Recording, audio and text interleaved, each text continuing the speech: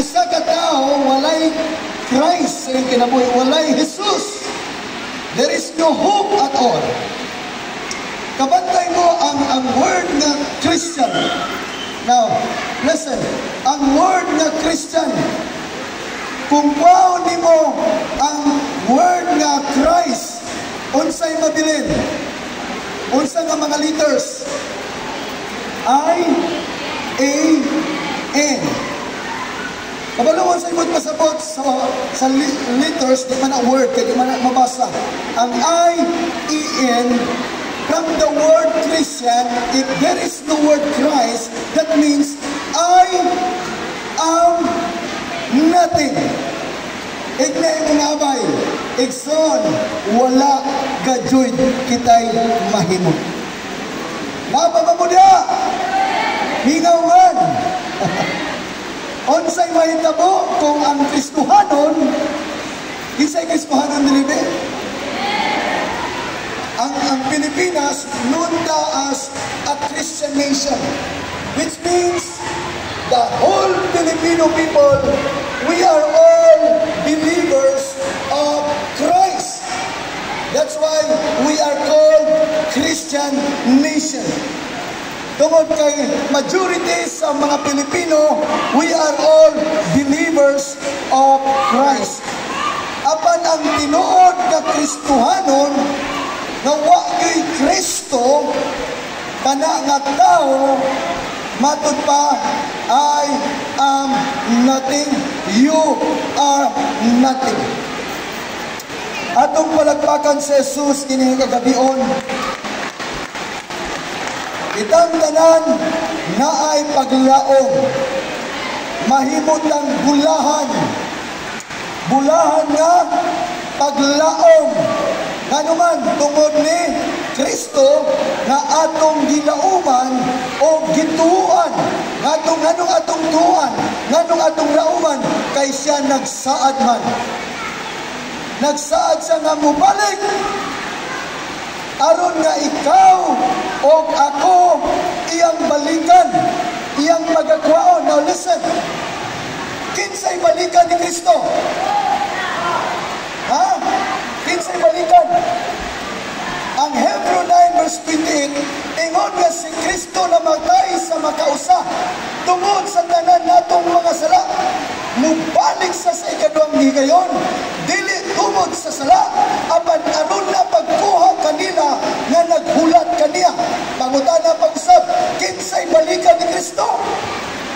Ang naghulat, kinsa may naghulat? Building, tao. Kinsay balikan?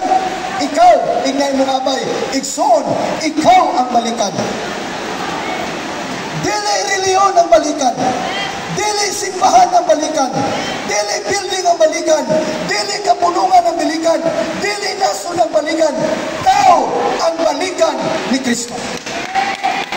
Ikaw, kinsa may mangandam, ikaw, bisan pag-unsaon ni mong preparar imong simbahan, bisan pag-itiles ni mo tanan, apil ato imong itiles, dili na balikan ni Kristo.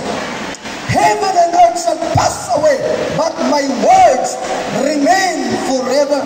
That's the word of Christ Himself. Si Kristo mismo nag-ingon, mahanaw ang langit ug ang yuta, apan ang akong pulong dili mahanaw. Busa ikaw o ako na ginanglan kag pulong aron mahiusa ka ni Kristo. Amen. Kaya kung naa kay pulong, usa ka na kandidato nga balikan ni Kristo. Mupalagpag kung kusog ang andang ng balikan ni Kristo. Hallelujah. Now, nako'y basahon mga kaigsunan.